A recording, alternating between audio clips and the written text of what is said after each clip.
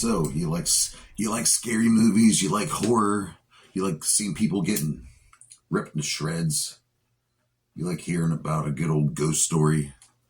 Well, I tell you what, boy, let me tell you, this candle's really hard to light now. It'll protect me though. The goth girls told me that if I light this candle, then nothing will harm me during Samhain season.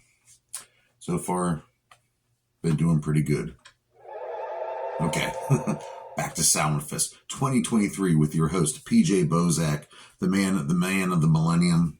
And here tonight we're going to do a Clive Barker tribute. Yes, so give it up for Clive Barker. He's one of the best horror writers of all time, writers period. He gave us some good classics like Hellraiser. He gave us some good stuff like The Candyman. And tonight we're going to review one of his most underrated movies in my opinion. It was with some of the best special effects I've ever seen. Nightbreed. That's right, Nightbreed. Written and directed by Clive Barker. And I tell you, Clive Barker, I mean, it's like I got a man crush on this guy. But Clive Barker's a shit. And let's see. This came out in 1990. And it's pretty much is a movie about underneath this cemetery, there are these ruins, these underground ruins with these people who've been transformed into monsters, and they just tend to keep to themselves. But there are people always trying to get in, and Aaron Boone is one of them. He's trying to become one of the monsters of Midian, which is the name of this town, and it is one of Clive Barker's masterpieces. The special effects in this, every monster is unique. It looks different from the other. There's so many different monsters in this, and it's just, we'll go over that here in a minute. And who's starring in this motherfucker? Well, we got Craig Sheffer playing Aaron Boone, and he's a pretty good lead role in this movie. We have Ann Bobby playing Laurie, and to be honest, I think she's kind of freaking annoying in this movie. And let me see here. We also got Doug Bradley. This guy is awesome. Everyone loves Doug Bradley. He's a horror champion of the world, and he plays Dirk Lausberg. And here's a good picture of him with this makeup, and just like I said, but the acting done by him in this movie is just really, really well done. And also we have David Cronenberg. If anybody knows you, this guy is the master of body horror. He gave us some treats like Scanners, and he plays the serial killing psychiatrist in this movie. That's right, Decker. He plays Decker, who's a serial killer, and he is a piece of shit, let me tell you that. And so this movie, Aaron Boone is trying to get into Midian, and but little does he know his psychiatrist, Dr. Decker, is trying to frame him for all these murders that Dr. Decker has been committing. He's been going around slaughtering families for a while now, and no one can catch the killer. So he wants to pin this right on Aaron Boone. But he also wants to find out the secrets of Midian, because he keeps hearing about Midian, and he hears that there are these atrocities living there, these abominations, these creatures, and he wants to rid the world of them as well. So he sets up poor Aaron Boone, poor Laurie, his girlfriend, Aaron's girlfriend. She keeps just trying to chase him around, and he finds Midian.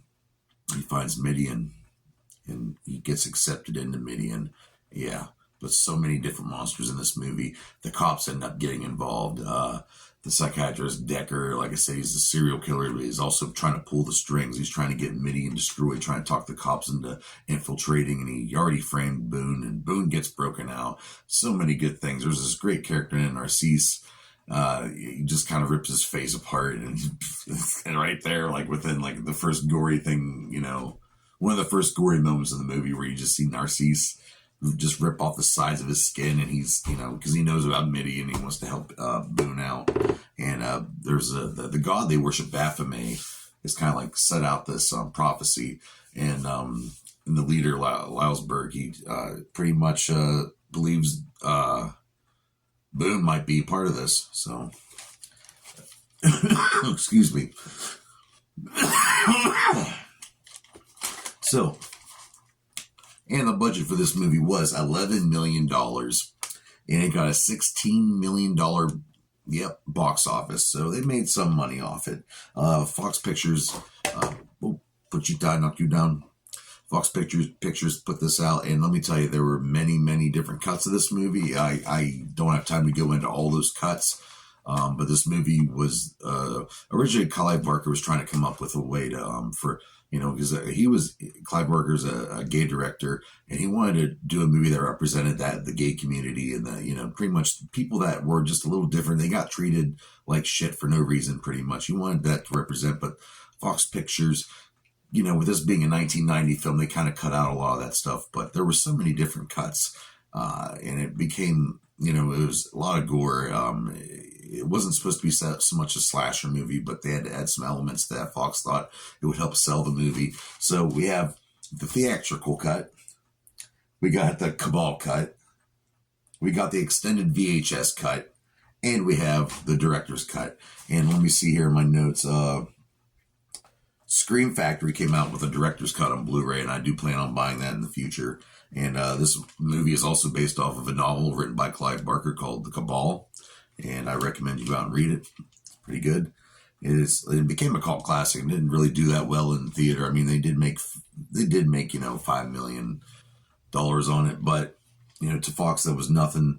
So, but he did develop a following over time, especially with all the different characters. I mean, then we got I think his name is Pelican, and then the Porcupine Lady, and then Kinski.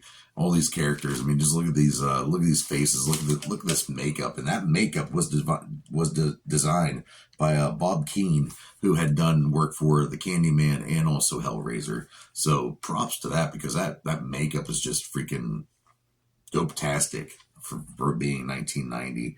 But yeah, like I said, going back to so many different cuts of this movie, and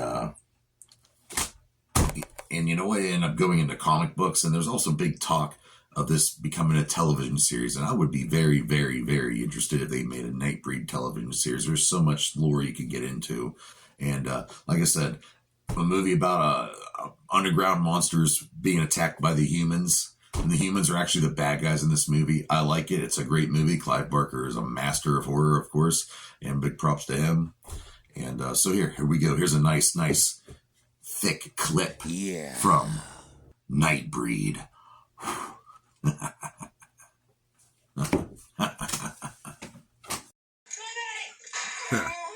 Narcisse says, one of my favorite monsters of Midian. Definitely one of the most off the freaking chain one-liners.